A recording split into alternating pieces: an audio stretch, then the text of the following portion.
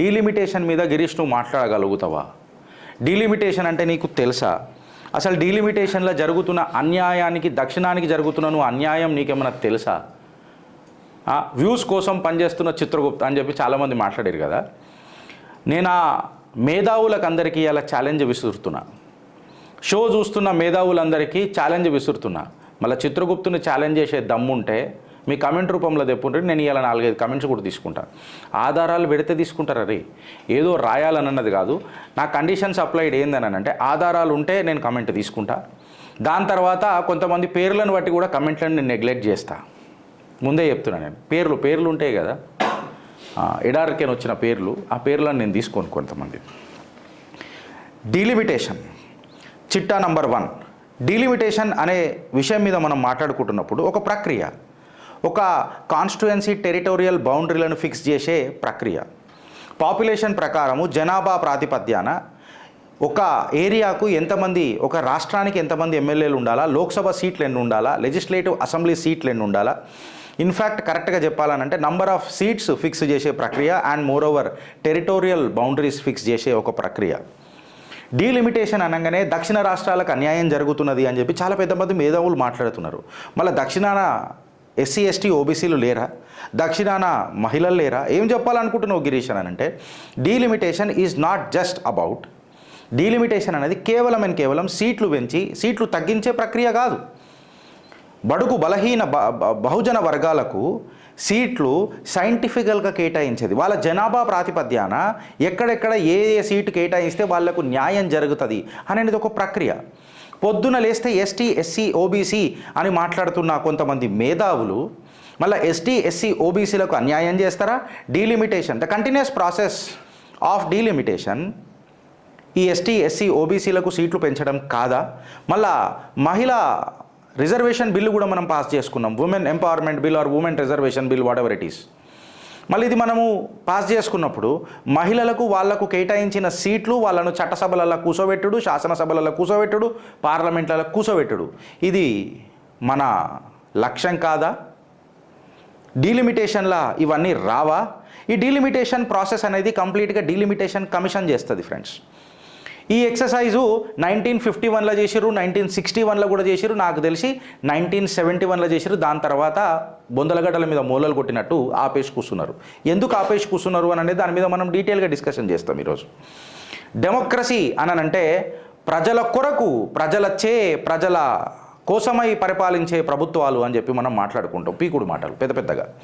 మళ్ళీ ఈ డెమోక్రసీలని, ఇదే డెమోక్రసీ ఒక పౌరుడు ఒక ఓటు, ఆ ఓటుకున్న వాల్యూని చెప్పిందా లేదా? మీ కమెంట్ రూపంలో నాకు చెప్పుండ్రి. ఇలా నంబర్ ఆఫ్ సీట్స్ ఏవైతే ఉంటాయో అవి పాపులేషన్ పట్టిస్తారు, దానికి తీవ్ర నష్టం జరుగుతుంది కొన్ని రాష్ట్రాలకు అని మాట్లాడుతున్న వాళ్ళందరికీ ఇలా చిత్రగుప్త్ ఆన్సర్ ఇస్తుంది. మీరు జిగర్ల దమ్ పెట్టుకొని ఆన్సర్ ఇచ్చే ప్రక్రియ మొదలెట్టుండ్రి. ఆధారాలన్నీ కొలెక్ట్ చేసి పెట్టుకోరి, గూగుల్ చేసి రెడీ చేసి పెట్టుకోరి. 1951లో 494 సీట్స్తోని మొదలెట్టినాం. 36.1 crore పాపులేషన్ ఉండే భారతదేశానిది average population per seat 7.3 lakhs ఉండే. 1961లో 522 seats, 43.9 crores, average population per seat వచ్చేసి 8.4 lakh. 1971లో 543 సీట్స్కి మనం ఎదిగినాం పార్లమెంట్లో with 54.8 crore population of India with an average population of 10.1 lakh per seat of the parliament.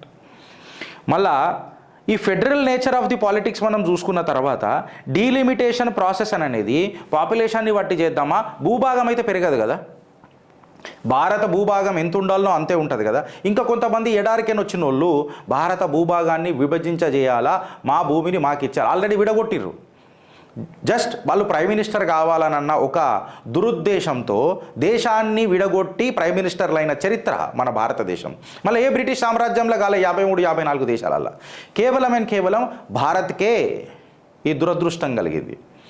మళ్ళా ఈ సీట్ల ప్రక్రియ అనేది పాపులేషన్ని బట్టి చేస్తారా లేకపోతే ఇంకేమన్నా బట్టి చేస్తారా? హౌ అని అనే చర్చ ఇయర మనం చేద్దాం. 54 సంవత్సరాల తర్వాత డీలిమిటేషన్ అనే ప్రాసెస్ వచ్చింది. After the 84th amendment act 2001 తర్వాత 2026లో ఈ డీలిమిటేషన్ అనే ప్రక్రియ మొదలెడతాము అని చెప్పి వచ్చింది. ఇంకా అవి పార్లమెంట్లో పెద్దగా దాన్ని ప్రవేశ కూడా పెట్టలే. ఈడనే గాయ మాట్లాడుతున్నారు. కేంద్ర మంత్రులు కిషన్ రెడ్డి గారు కూడా దీని మీద ప్రతిపక్షాలను ఆరాధించారు. ఏమన్నారంటే ఇప్పటిదాకా పార్లమెంట్లో పెట్టలే, ఈ ప్రక్రియని భుజానేసుకొని ఎవరు పోతున్నారు అంటే ఇండి కూటమి పోతున్నది. మళ్ళీ ఇండి కూటమితోని ఇవాళ బీఆర్ఎస్ చేతులు కలిపిందా, కాంగ్రెస్తో బీఆర్ఎస్ చేతులు కలిపిందా అని చెప్పి మాట్లాడిండు. బట్ ఇలా నేను ప్రజలను ఉద్దేశించి మాట్లాడుతున్నా, ప్రభుత్వాలను కాదు. ఎందుకంటే 1971 తర్వాత డీలిమిటేషన్ అసలు జరగలేదు అని అంటే మీరు గెలిపించుకున్న కేంద్రంలో కూర్చున్న ఏ పార్టీ అయినా, అది కాంగ్రెస్ అయినా బీజేపీ అయినా లేదా కాంగ్రెస్ కూటమి అయినా బీజేపీ కూటమి అయినా, ఆ కాడికి వస్తే క్యాన్సర్ లాంటి ప్రాంతీయ పార్టీలైనా ఈ డీలిమిటేషన్ ప్రక్రియ మీద ఏమైనా మాట్లాడినరా? డీలిమిటేషన్ ప్రక్రియ అనేది ప్రజలకు మేలు చేసే ప్రక్రియ కానీ ప్రభుత్వాలకు మేలు చేసే ప్రక్రియ ఎట్లయింది? ఇది ప్రభుత్వాలు గాయగా ఎందుకు చేస్తున్నారు? మీరు పబ్లిక్ రిప్రజెంటేటివ్ లెక్క కమిషన్లు ఫామ్ చేసి చట్టాలు తయారు చేస్తారు. ఆ చట్టాలు ప్రజలకు ప్రయోజకరంగా ఉండాలా? నువ్వు ఒక చట్టం తీసుకొచ్చినావు వక్ఫ్ అని, అది ఎవరికి ఇవాళ మేలు చేస్తున్నది అని చెప్పి మాట్లాడుతున్నా. ఇవాళ నువ్వు డీలిమిటేషన్ కమిషన్ తీసుకొని వచ్చి మాట్లాడుతున్నావు. మళ్ళీ దేశం అంటే మట్టి కాదోయ్, దేశం అంటే మనుషులోయ్ అని చెప్పిన మాట గర్వంగా పాడుకుంటావు. మళ్ళీ పాడుకున్నప్పుడు దేశం అంటే మట్టి కాదోయ్, దేశం అంటే మనుషులోయ్ అన్నప్పుడు మన ఈ మనుషులను లెక్క చేసి ప్రక్రియ చేసి డీలిమిటేషన్ ప్రాసెస్ చేస్తానంటే నువ్వు ఈడ కూర్చొని దక్షిణానికి అన్యాయం జరుగుతుంది, దక్షిణాన కొత్త దేశం లెక్క మమ్మల్ని వదిలిపెట్టాలా అని చెప్పి మాట్లాడుతావు. ఈడికి ఆగిపోయి ఈడికి మొదలెడితే ఇంకా డీటెయిల్గా కొంచెం డిస్కషన్ చేస్తే అబ్బా ఇంగ్లీష్లో దంచేసిండు కదా మా రామన్న అని చెప్పి పెద్దగా మాటలు మాట్లాడతారు. నాకు కూడా గర్వంగా అనిపించింది మాట్లాడినప్పుడు. బట్ ఆ మాటలలో ఎంత చైతన్యం ఉన్నదని అనేది గొప్ప విషయం కదా. ఇప్పుడు వీళ్ళు మాట్లాడుతున్న ప్రక్రియ, నేను ఆ టాపిక్లోకి వస్తున్నా. ఉత్తరప్రదేశ్, బీహార్, మధ్యప్రదేశ్ అండ్ రాజస్థాన్కి న్యాయం జరుగుతున్నది. అదే కేరళ, తమిళనాడు, కర్ణాటక అండ్ ఆంధ్రప్రదేశ్కి తెలంగాణ కూడా తీవ్ర అన్యాయం జరుగుతున్నది. పాపులేషన్ బట్టి సీట్లు చేస్తే మాకు సీట్లు తగ్గిపోతే మా రిప్రజెంటేషన్ చట్టసభలలో తక్కువైపోతుంది అని మాట్లాడుతున్న మాటకు, ఇవాళ చిత్రగుప్తు మాట్లాడిన మాటలకు వాళ్ళు ఆన్సర్ చెప్పగలుగుతారా అని అంటున్నా. I'm challenging the TRS party, I'm challenging the Congress party, I'm challenging the DMK party, I'm challenging the communist party of Kerala. Subject ఉంటే రండ్రి, లేచి రండ్రి మాట్లాడదాం. అయితే రెండు ఆప్షన్స్లలో కేంద్ర ప్రభుత్వం దీన్ని డిసైడ్ చేస్తున్నది. ఇది కేవలం ఆరోపణనే, ఇది కేవలం అజంప్షన్సే, ఆరోపణ అని అనలేం కానీ అజంప్షన్సే. రెండు అజంప్షన్స్ ఏమున్నాయనంటే, ఒక అజంప్షన్ ఏందనంటే this is called as an exhibit 1 రాజకీయ విశ్లేషకారులలో. ఈ ఎగ్జిబిట్ 1 ఏమని అంటున్నారంటే ఆ సీట్లను 543 సీట్లను అట్లనే పెట్టి అట్లనే ఆ కౌంటును పెంచరు. ఆ కౌంటును పెంచకుండా 543 సీట్స్నే పెంచి మిగతా మొత్తం రాష్ట్రాలలో నుంచి ఇది అడ్జస్ట్ చేద్దాము అని అంటే ఎస్, ఏదైతే కేరళ, తమిళనాడు, తెలంగాణ, ఆంధ్రప్రదేశ్ అండ్ కర్ణాటక వీళ్ళకు అప్పుడు సీట్లు తగ్గే అవకాశం ఉన్నది. 543 సీట్స్ స్టేబుల్ ఉంటాయి కాబట్టి పాపులేషన్ ప్రకారం మనం ఉత్తరప్రదేశ్లో పాపులేషన్ ఎక్కువ ఉంది కాబట్టి, మధ్యప్రదేశ్లో ఎక్కువ ఉంది, రాజస్థాన్లో ఎక్కువ ఉంది కాబట్టి, బీహార్లో ఎక్కువ ఉంది కాబట్టి వీళ్ళకు ఏదో న్యాయం జరిగిపోతుంది, మన దక్షిణ రాష్ట్రాలకు అన్యాయం జరిగిపోతుంది అని చెప్పి నువ్వు అనుకోవచ్చు ఎగ్జిబిట్ 1 తీసుకుంటే. Now the assumption number 2 which is called as an exhibit 2. Assumption 2 తీసుకొని మాట్లాడితే కొత్త పార్లమెంట్లో నంబర్ ఆఫ్ సీట్స్ ఏవైతున్నాయో 888 కెపాసిటీ దాన్ని. ఎంత? 888 కెపాసిటీ. ఈ 888 కెపాసిటీలా కేంద్ర ప్రభుత్వం ఆలోచిస్తున్న తరుణం, ఇది ఎగ్జిబిట్ 2నే, అజంప్షనే కేవలం, ఇది నిర్ణయం కాదు, అజంప్షనే, అండర్లైన్ చేసి చెప్తున్నాం. మళ్ళీ ఈ అజంప్షన్లా ఈ సీట్లను 848 సీట్లకు పెంచుదామని అనుకుంటుంది. అప్పుడు ఏమవుతుంది? ఏవైతే రాష్ట్రాలలో సీట్లు ఉన్నాయో అట్లనే ఉంటాయి. ఏదైతే రాష్ట్రాలలో పాపులేషన్ ఎక్కువ ఉందో ఆ పాపులేషన్ ఉన్న ప్రకారం ఖచ్చితంగా ఆ సీట్లు పెరుగుతాయి. ఇప్పుడు మీరు ఆలోచించాల్సిన విషయం ఏంటంటే జనాభా ప్రాతిపదికన ఎట్లా చేస్తావు అని అంటే తెలంగాణకున్న జాగా ఆంధ్రప్రదేశ్కు ఉన్నదా? లేదా ఆంధ్రప్రదేశ్కు ఉన్న విస్తీరణ తెలంగాణకు ఉన్నదా? లేకపోతే తెలంగాణ ఆంధ్ర ఉన్న విస్తీరణ ఉత్తరప్రదేశ్కు ఉన్నదా? ఉత్తరప్రదేశ్ అంత పెద్దగా మధ్యప్రదేశ్ ఉన్నదా? మధ్యప్రదేశ్ అంత పెద్దగా ఉత్తరప్రదేశ్ ఉన్నదా? జాగాలు పెద్దగా ఉన్నప్పుడు, భావాజాలాలు పెద్దగా ఉన్నప్పుడు పాపులేషన్ పెద్దగా ఉంటుందా ఉండదా? ఇది మీరు ఆలోచించరు. ఇప్పుడు తెలంగాణలో హైదరాబాద్లో పాపులేషన్ ఎందుకు ఎక్కువ ఉన్నది, ఊర్లలో ఎందుకు ఎక్కువ లేదు అని అంటే వలస. పక్క రాష్ట్రంకైనా రావచ్చు, లేదా మన ఊర్లలోకైనా ఇక్కడ రావచ్చు. హైదరాబాద్లో పాపులేషన్ ఎక్కువ ఉంటుంది. పాపులేషన్ ఇవ్వ దేశం అంటే మట్టి కాదోయ్, దేశం అంటే మనుషులోయ్ పాడుకున్నావు. డీలిమిటేషన్ వీళ్ళ ప్రాంతీయ పార్టీలకు ఏదో ఒకటి చెక్ పెట్టాలా. భారతీయ జనతా పార్టీని ఏదో రకంగా ఇబ్బంది పెట్టాలి. ఇప్పుడు దీనికి ఛాలెంజ్ చేస్తున్నా ఏందనంటే, ఇప్పుడు నువ్వు smaller states Punjab, Himachal Pradesh, Uttarakhand, north eastern స్టేట్స్కి ఘోరమైన డిసడ్వాంటేజ్ జరుగుతుంది. ఉత్తరప్రదేశ్, బీహార్, మధ్యప్రదేశ్ అండ్ రాజస్థాన్కి చాలా వాళ్ళకు అడ్వాంటేజ్ తగులుతుంది అని చెప్పి చెప్తున్నారు. అయితే ఇప్పుడు ఈ డీలిమిటేషన్ కమిషన్ ఏదైతుందో ఇది ఒక నేషనల్ పాపులేషన్ స్ట్రాటజీ ప్రకారం తీసుకొచ్చిన లానే కదా, చట్టం కదా. వెనకటికి కాంగ్రెస్ ప్రభుత్వమే తీసుకొచ్చింది కదా. మళ్ళీ 1951లో చేసినప్పుడు మీకు లొల్లి లేకపోయా, 1961లో చేసినప్పుడు లేకపోయా, 1971లో చేసినాక లేకపోయా, తర్వాత పాపులేషన్ని బట్టి చేస్తున్నారు కదా అని అన్యాయం అయితే గాయ గతర చేశారు. అయితే ఇక్కడ అర్థం చేసుకోవాల్సింది ఏంటంటే ఫ్రెండ్స్, 54 సంవత్సరాల పాటు డీలిమిటేషన్ ఎందుకు జరగలే గిరీష్ అని అంటే, ప్రతిసారి ఎప్పుడైతే కేంద్రంలో సర్కార్ వీక్ అయినప్పుడల్లా సంకీర్ణ ప్రభుత్వాలు ఉండే, కోయిలేషన్ ప్రభుత్వాలు ఉండే.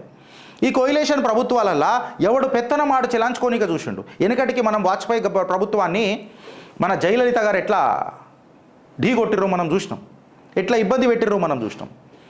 సో ఈ కోయిలేషన్ ప్రభుత్వంలో ఉన్నప్పుడు ఈ ప్రాంతీయ పార్టీలు క్యాన్సర్ లాంటివి దేశానికి ఇవి కిరికిరి చేసినాయి.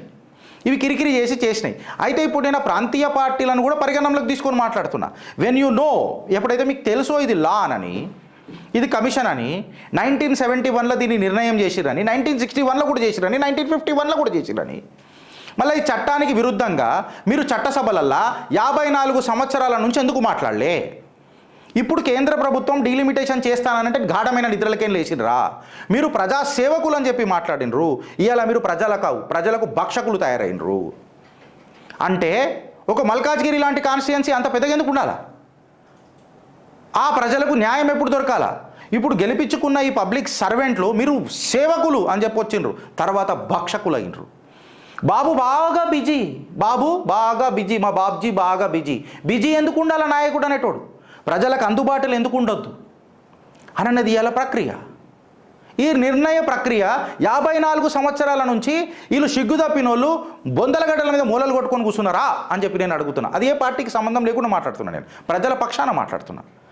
ఇవాళ ప్రజల పక్షాన సీట్లు పెంచుదాం అని అంటే, మేము పాపులేషన్ కంట్రోల్ పెట్టినప్పుడు మేము దాన్ని చాలా కంట్రోల్గా నడిపించినాం, కేంద్రం తీసుకున్న నిర్ణయానికి మేము చాలా కట్టుబడి ఉన్నాం. మళ్ళీ నేషనల్ ఎడ్యుకేషన్ పాలసీ కూడా కేంద్రం తీసుకొచ్చింది కదా, మళ్ళీ దాన్ని ఎందుకు పెడతలేవు? బెట్టింగ్ యాప్లు ఉండొద్దు అని చెప్పి కేంద్రం తీసుకొచ్చింది కదా, దాని 7th షెడ్యూల్ ఆఫ్ ది కాన్స్టిట్యూషన్లో పెట్టి ఈ రాష్ట్ర ప్రభుత్వాలు జిమ్మిక్లాడినాయి. ఇవాళ ప్రజలు మొత్తం రోడ్ల మీదకి వచ్చి లొల్లులు లేస్తే ఈ బెట్టింగ్ యాప్ల మీద కూడా యాక్షన్లు తీసుకుంటున్నారు.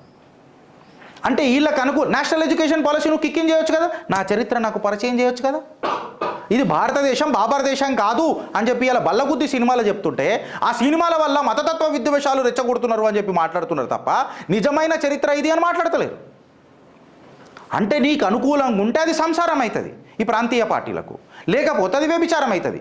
ఇప్పుడు నేను కాంగ్రెస్ పార్టీని ఏమడుగుతున్నానంటే, మీకు సిగ్గు శరం ఉంటే, మీకు సీమ్నెత్తురు ఉంటే, మీకు మొగతనం ఉంటే, మీరు మొగోళ్ళు అయితే, మీకు మొలతాళ్ళు ఉంటే, ఇదే డీలిమిటేషన్ ఉత్తరప్రదేశ్లో సమాజ్వాదీ పార్టీ నోట నుంచి చెప్పిస్తారా మీ కూటమిలా?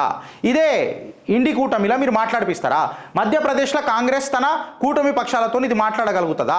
అదే మన అక్కడ వెస్ట్ బెంగాల్లో మమతా బెనర్జీతో డీలిమిటేషన్ వద్దని చెప్పిస్తుందా? సమాజ్వాదీ పార్టీ ఉత్తరప్రదేశ్లో చెప్పిస్తుందా? చెప్పియరు. గుస్మాండం బద్దలైపోతుంది కదా ఒక్కొక్కడిది, మాట్లాడరు. ఈడ చిల్లర చాతలు చేయడానికి వస్తారు. మళ్ళీ ఇదే రాయ్బరేలీ నుంచి కుటుంబాలను పంపించింది కాంగ్రెస్ పార్టీకి చట్టసభలల్లా, ఇదే ఉత్తరప్రదేశ్ రాయ్బరేలీ. ఇవాళ వీళ్ళు ఏం చేస్తున్నారు? తీసుకొని వచ్చి ఆడికి మూతి మీద దంతిడబడ్డారు. అక్కడ జనాభా వీళ్ళతో విసిగెత్తిపోయింది. అందుకే ఈడికొచ్చి గూటకపు నాటకాలు ఆడుతున్నారు. Now the fact of the matter ఏందనంటే, గిరీష్ అనేటోడికి 54 సంవత్సరాల తర్వాత గుర్తొచ్చిందా పాపులేషన్ బట్టే ఉంటుంది అని. ఇప్పుడు మీకు ఒక విషయం చెప్తున్నా ఫ్రెండ్స్, ఒకసారి మాట్లాడదాం. నార్త్ ఈస్టర్న్ స్టేట్స్కి తీవ్ర ఘోరమైన అన్యాయం జరుగుతుందని అన్నారు. థింక్ నార్త్ ఈస్ట్ అని అన్నది మన దేశ ప్రధాని నరేంద్ర దామోదర్ దాస్ మోదీ సర్కారే కదా. అప్పటిదాకా నార్త్ ఈస్ట్ని కూడా పట్టించుకున్నాడా? నిన్నగాక మొన్న మణిపూర్కి రైల్వే స్టేషన్ వచ్చింది బ్రదర్, మిజోరాంకా మణిపూర్కో నాకు తెలియదు. నిన్నగాక మొన్న ఇనాగ్రేట్ చేసిర్రు రైల్వే స్టేషన్ని. చైనా బ్రిడ్జు నిన్నగాక మొన్న మోదీ వచ్చినాక కట్టినరు, అత్యంత హైయెస్ట్ పాయింట్ ఆఫ్ ది బ్రిడ్జ్లా.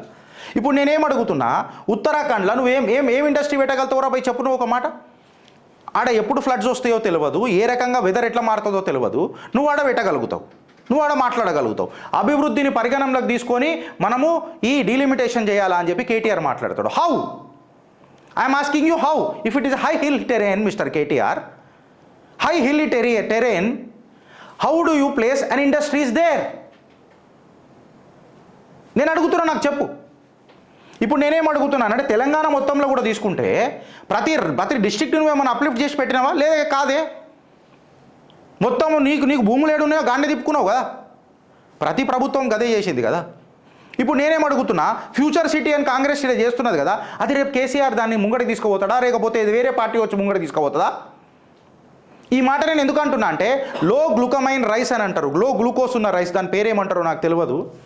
మళ్ళీ ఇది కేసీఆర్ దగ్గరుండి మరీ ఇది చేపించిండు కదా. అప్పుడు ఆ రైస్ మన ఎన్జీ రంగా అగ్రికల్చర్ యూనివర్సిటీలో ఆ రైసు గ్లూకోజ్ ఉన్న రైసు డయాబెటీస్ పేషెంట్స్కి మంచిది అని చెప్తారు. మళ్ళీ రేవంత్ రెడ్డి దాన్ని ఎందుకు ప్రమోట్ చేస్తలేడు? వీళ్ళ స్వార్థం ఫ్రెండ్స్. ఇదంతా 54 సంవత్సరాల నుంచి ఇదే ప్రక్రియ ఉంటుందని చెప్పి మర్చిపోయారా? అయితే గిరీష్ అనేటోడు ఈయనే మాట్లాడతలేడు. ఇప్పుడు గిరీష్ అనేటోడు అమెరికాలో ఏమైందో మాట్లాడుతున్నా. ఈ సీట్స్ అమెరికాలో కూడా మెథడ్ ఆఫ్ ఈక్వల్ పాపులేషన్లనే జరుగుతుంది. రేవంత్ అన్నకి ఎస్పెషల్లీ చెప్తున్నా, కూటమిని తీసుకొని పోయి కండవాలు వేసుకొని మాట్లాడినావు కదా.